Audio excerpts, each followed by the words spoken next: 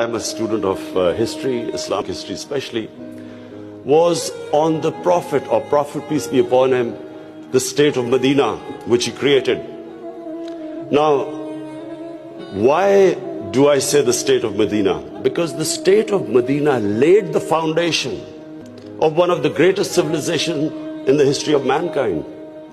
The principles that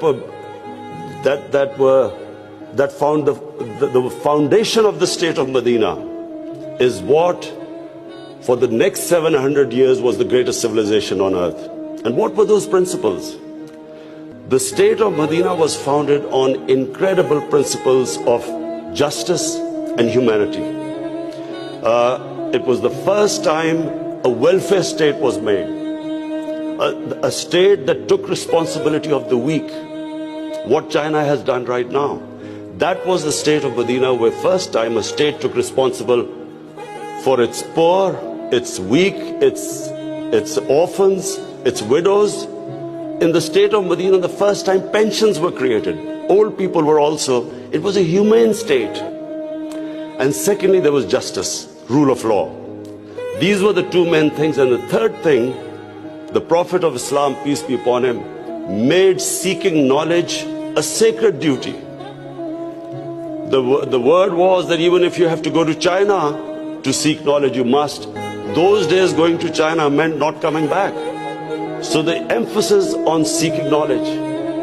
For the next 700 years, all top scientists were Muslims. And that was the state of Medina. It laid that foundation. And then the way minorities, other religious people were treated. The Prophet signed famous, the Misaq-e-Medina.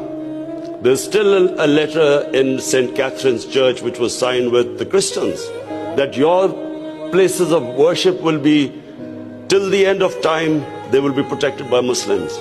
Secondly, that no forcible conversions would be in Islam. Thirdly, the Prophet's last sermon, it is a charter of human rights.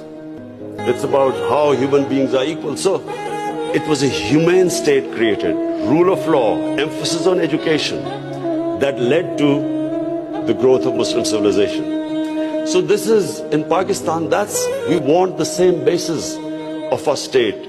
The rise of what I believe, the way our country will rise, it will go back to those principles.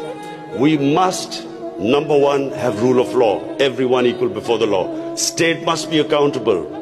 We must have a welfare state where the state must take responsibility of its poor people. Half our population is on the poverty line or just above, and about 25% are below the poverty line. The state must take responsibility. All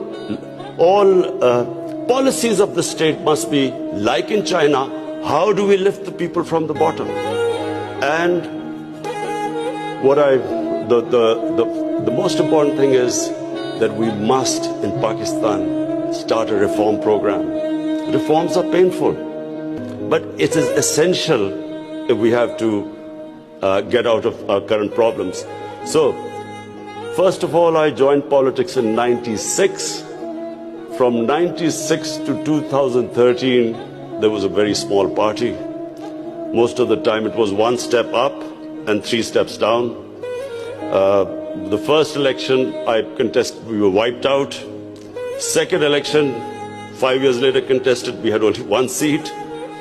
Third election we boycotted, and most of the time people made fun of me, thought we would never make it, because I'm an outsider. I wasn't from the political class.